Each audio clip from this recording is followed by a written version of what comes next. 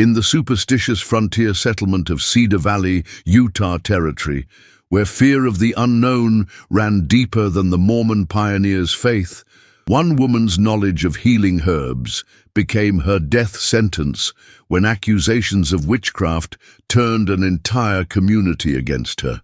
When the mob came with torches and rope, her desperate flight led to the most unlikely sanctuary imaginable. The man who opened his door that night was himself an outcast, shunned by the same community that now hunted her. But sometimes the greatest acts of courage come from those who have nothing left to lose. And sometimes salvation arrives in the form of someone who understands what it means to be rejected by the world. This is the incredible true story of how two people society had abandoned found redemption in each other, proving that compassion can triumph over fear and that home is built by hearts willing to shelter the innocent.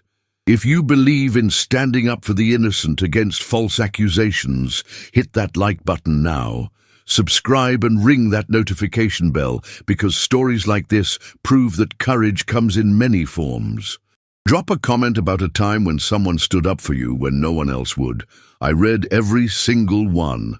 The year was 1877, and the settlement of Cedar Valley, Utah Territory, had grown from a handful of Mormon pioneer families into a thriving community of nearly 300 souls who prided themselves on their devotion to faith and their vigilance against evil influences. The arrival of Sarah Blackwood 3 years earlier had initially been welcomed, as her knowledge of medicinal herbs and healing practices filled a crucial need in a community far from professional medical care. Sarah's small cabin on the outskirts of town had become an unofficial dispensary where mothers brought sick children and injured men, sought treatment for ailments that defied home remedies. Her success rate with herbal medicines and natural healing methods was remarkably high, earning her a reputation as someone blessed with special gifts for restoring health where others had failed.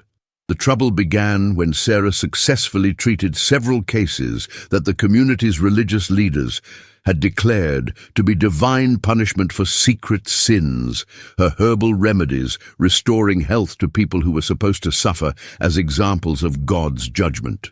Her healing successes challenged the spiritual authority of men who preferred to attribute illness to moral failings rather than natural causes that could be addressed through medical treatment.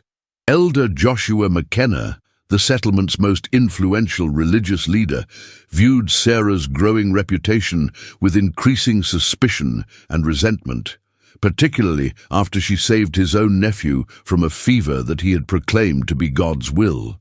Her success made him appear foolish and undermined his authority over spiritual matters that he considered his exclusive domain within the tightly controlled community. The accusation of witchcraft came suddenly when little Mary Patterson died of consumption, despite Sarah's best efforts to treat her with every remedy in her extensive knowledge of medicinal plants.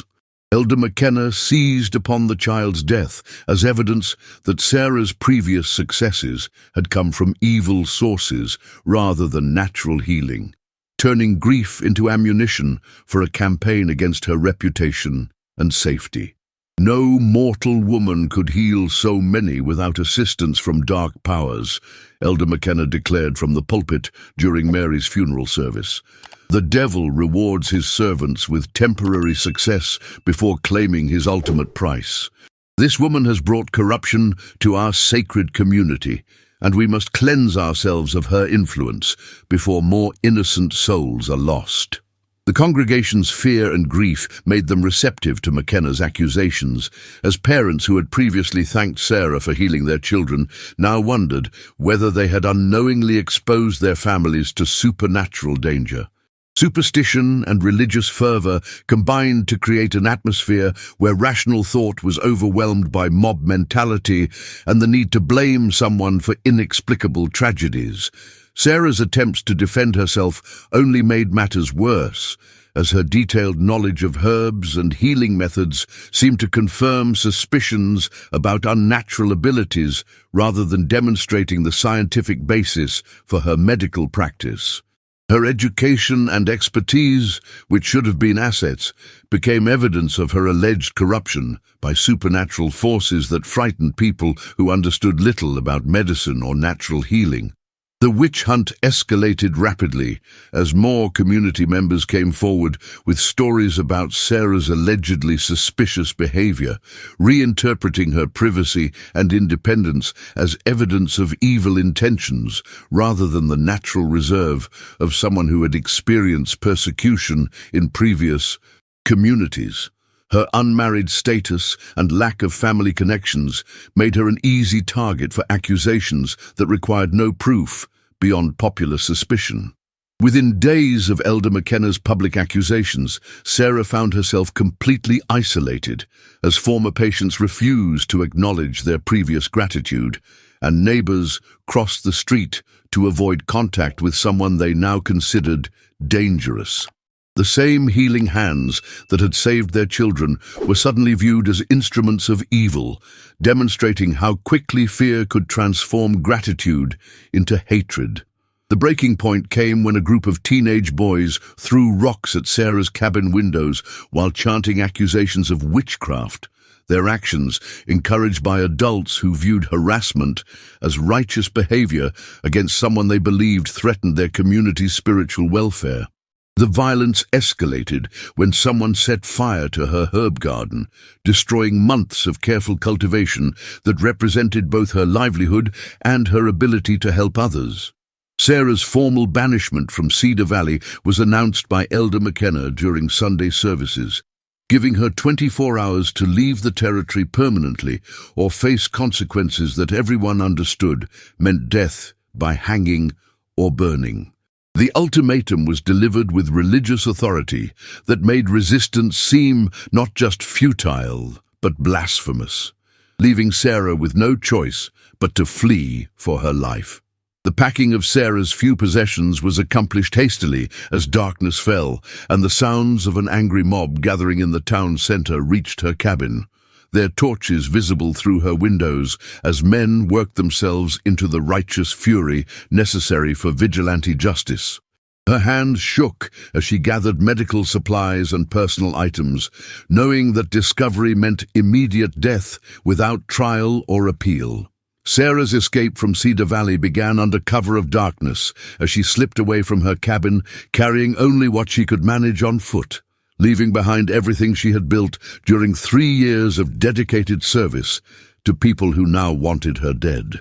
The sound of her pursuers grew louder as they discovered her absence and began organizing search parties to track down the woman they believed had corrupted their community. The nightmare of being hunted through the Utah wilderness tested every survival skill Sarah had learned during her difficult life, as she used knowledge of terrain and weather to stay ahead of men who knew the territory better but lacked her desperate motivation to reach safety. Her flight became a race between exhaustion and the growing certainty that capture meant death without mercy or consideration for her actual innocence of the charges against her. Sarah's desperate flight through the rugged Utah wilderness had lasted 3 days and nights, when exhaustion and dehydration finally overcame her ability to continue running from the mob that pursued her with religious fervor. Her collapse came within sight of a remote ranch house that represented either salvation or another source of danger, depending on the character of whoever lived in such complete isolation from the community that wanted her dead. The Broken Arrow Ranch belonged to Marcus Sterling, a man whose own exile from Cedar Valley society had been accomplished through different but equally effective social mechanisms that made him understand the desperation of someone fleeing community judgment. His isolation was voluntary but no less complete, as he had learned that solitude was preferable to the constant scrutiny and condemnation of neighbors who found his past unforgivable. Marcus had been working in his barn when he heard Sarah's terrified pounding on his door, her voice barely recognizable as human after days of running and hiding in terrain that challenged even experienced outdoorsmen. His first glimpse of her revealed someone pushed beyond normal endurance, her clothes torn by thorns and her face marked by exhaustion and the kind of fear that came from being hunted by one's own community. "Please!" Sarah gasped as Marcus opened his door, her words tumbling out in desperate explanation. "I'm not a witch, I swear it. I'm just a healer who used herbs to help sick people. They want to hang me for saving lives, and I have nowhere else to go. I know you don't know me, but please don't turn me away." Marcus Sterling's reputation in Cedar Valley was almost as dark as the accusations now facing Sarah, though his sins were documented rather than imagined, making him equally unwelcome in polite society despite his legitimate ownership of valuable ranch land. His exile stemmed from a scandal involving alcohol, gambling debts, and a fight that had left another man permanently disabled, crimes that had earned him social banishment even though he had served his legal sentence. The rancher's decision to shelter Sarah came instantly, driven by recognition of genuine terror and desperation that he understood from personal experience with community rejection. His own isolation had taught him the value of human compassion when society withdrew its protection, making him respond to her plea with the kindness he had rarely received during his own darkest moments. Marcus's cabin was spartanly furnished but clean and well-maintained, reflecting the discipline of someone who had learned to find satisfaction in solitary pursuits rather than social acceptance. He provided Sarah with food, water, and a safe place to rest while she recovered from her ordeal, asking no questions about her circumstances beyond what she volunteered to share about her situation. Sarah's story emerged gradually as she regained strength and felt secure enough to explain the accusations that had transformed her from respected healer to hunted fugitive in a matter of days. Marcus listened without judgment, recognizing the fear and injustice in her account while understanding how quickly community sentiment could turn against anyone who seemed different or threatening to established authority. The rancher's own experiences with social ostracism made him sympathetic to Sarah's plight, while providing practical knowledge about surviving as an outcast in territory where community support was essential for most people's welfare. He had learned to be completely self-sufficient during his years of isolation, skills that could help Sarah build a new life beyond the reach of those who wanted her dead. Marcus's past was shared reluctantly, as Sarah's presence in his home created the first opportunity for genuine conversation he had experienced in years of solitary existence. His account of the gambling debts, drinking problems, and violent confrontation that had destroyed his reputation revealed someone who had learned hard lessons about the consequences of poor choices and the possibility of redemption through honest work and self-improvement. The protection Marcus offered Sarah extended beyond simple shelter to include instruction in the practical skills necessary for frontier survival, as he taught her to handle firearms, manage livestock, and maintain equipment that could mean the difference between life and death for someone living beyond the safety of community support. His knowledge came from years of learning to depend entirely on his own capabilities. Sarah's healing knowledge proved valuable to Marcus as she treated minor injuries and ailments that he had been managing through crude frontier medicine, her expertise providing relief that demonstrated the practical value of skills that had been reinterpreted as evidence of supernatural corruption. Her successful treatment of his chronic back pain earned his respect while validating her claims about being a legitimate healer rather than a practitioner of dark arts. The compatibility between Sarah and Marcus developed naturally as they discovered shared experiences of social rejection and the strength required to maintain dignity despite community condemnation. Their mutual respect grew from recognition of each other's character rather than social status, creating a bond based on genuine understanding and appreciation for qualities that society had chosen to ignore or condemn. Marcus's ranch provided the perfect sanctuary for someone fleeing religious persecution, as its remote location and his own outcast status made discovery by Sarah's pursuers unlikely, while giving her time to plan her next steps. The safety he offered came without expectations or demands, reflecting generosity born from personal understanding of what it meant to need help when society had withdrawn its protection.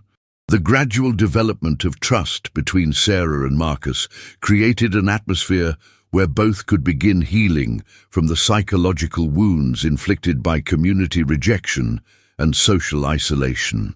Their friendship offered something neither had experienced in years: acceptance without judgment and companionship without fear of betrayal or abandonment when circumstances became difficult.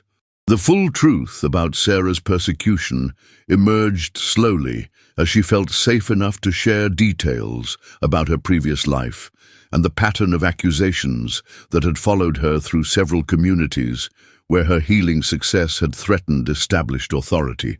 Her story revealed how religious leaders and traditional healers had consistently viewed her medical knowledge as competition that needed to be eliminated through character assassination and superstitious fears.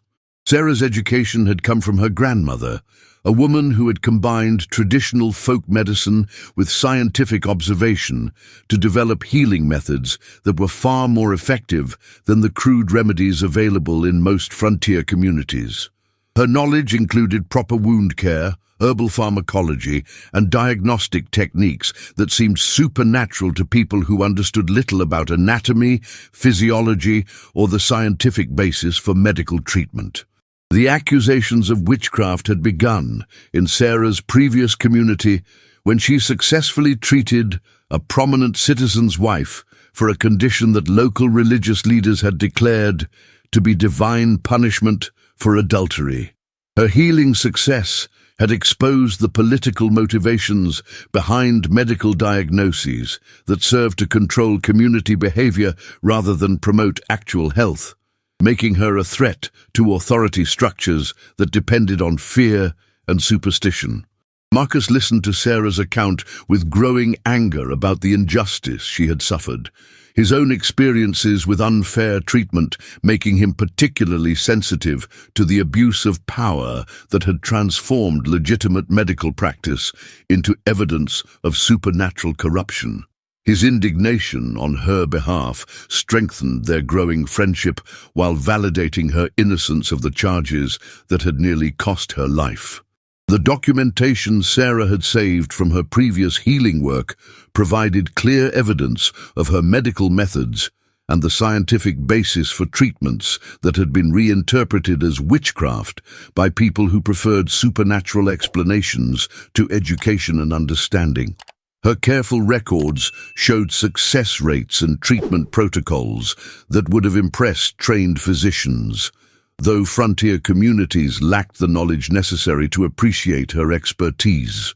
Marcus's own investigation into Sarah's reputation revealed that her accusers in Cedar Valley had economic as well as religious motivations for eliminating her competition, as several community members had been developing their own herbal medicine businesses that suffered when people preferred Sarah's more effective treatments. The witch hunt had served multiple purposes beyond simply satisfying superstitious fears about supernatural corruption. The support Sarah received from Marcus enabled her to process the trauma of her persecution while beginning to plan a future that didn't involve constant flight from communities that viewed her knowledge as threatening. His ranch provided the stability and security necessary for psychological healing, while offering opportunities to use her medical skills in ways that benefited rather than endangered her welfare.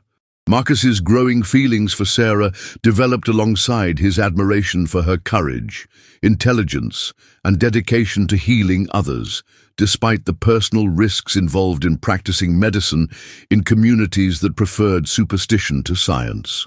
Her presence had transformed his lonely existence into something approaching normal human companionship, while his protection had given her the first real safety she had known in years. The transformation of Marcus's ranch from a place of exile to a haven of healing began as Sarah established an herb garden and medical practice that served the scattered homesteads and mining camps in the remote territory surrounding their property. Her work was conducted discreetly to avoid attracting attention from Cedar Valley authorities, but word spread gradually among people who needed medical care and were willing to travel for effective treatment. Sarah's medical practice attracted patients from throughout the territory as news of her skills spread through networks of people who valued results over religious orthodoxy, creating a clientele that included miners, ranchers, and frontier families who couldn't access professional medical care. Her success validated Marcus's decision to shelter her while providing evidence that her healing abilities were genuine rather than supernatural. The partnership between Sarah and Marcus evolved naturally as they combined his practical frontier skills with her medical knowledge to create a self-sufficient operation that served their own needs while helping others who sought their assistance. Their collaboration demonstrated how different types of expertise could complement each other when people worked together toward common goals rather than competing for dominance or recognition. The romantic relationship that developed between Sarah and Marcus surprised both of them with its naturalness and depth, as their shared experiences of social rejection had created understanding and compatibility that transcended the usual barriers between men and women in frontier society. Their love grew from genuine respect and appreciation for each other's character rather than superficial attraction or social convenience.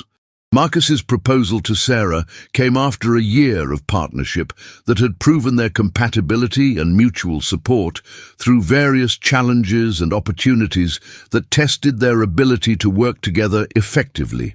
His offer of marriage represented not just personal affection, but also practical recognition that their combined skills and resources could create a life better than either could achieve alone. The wedding of Sarah and Marcus was performed by a circuit preacher who cared more about their obvious devotion to each other than about the gossip and accusations that had driven them together, creating a ceremony that celebrated love, triumphing over social prejudice and personal adversity. Their marriage represented victory over the forces that had tried to destroy them individually, but had instead brought them together. The establishment of their combined medical and ranching operation provided a model for how outcasts could create meaningful lives despite social rejection, while their success challenged assumptions about the necessity of community approval for personal happiness and professional achievement. Their story became an inspiration for others who face similar persecution for being different or challenging established authority through superior knowledge or unconventional methods. The success of Sarah and Marcus's combined medical and ranching operation attracted attention from territorial authorities who investigated reports about the witch who had supposedly died during her flight from Cedar Valley, only to discover a legitimate medical practice that was providing essential services to scattered frontier communities.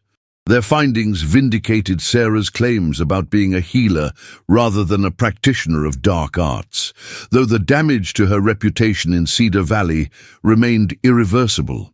Sarah's medical practice expanded as word spread about her success in treating conditions that had baffled other healers, bringing patients from hundreds of miles away who were willing to travel for effective treatment regardless of the superstitious rumors surrounding her background.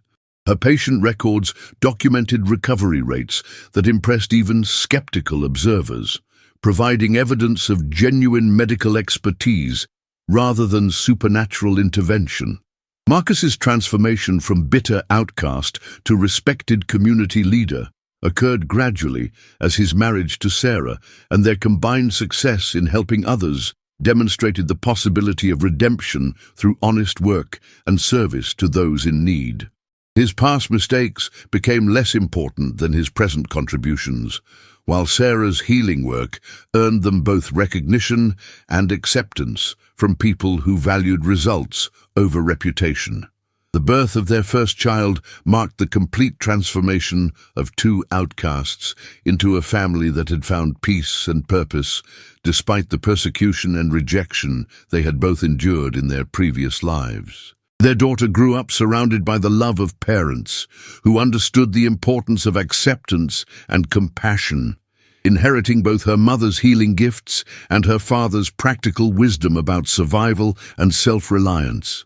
The legacy of Sarah and Marcus Sterling became a testament to the power of compassion over fear and the possibility of finding home in the most unexpected places when two broken souls choose to heal together. Their story proved that society's outcasts could create something beautiful and meaningful when they found the courage to trust each other and build a life based on love rather than the approval of those who had rejected them.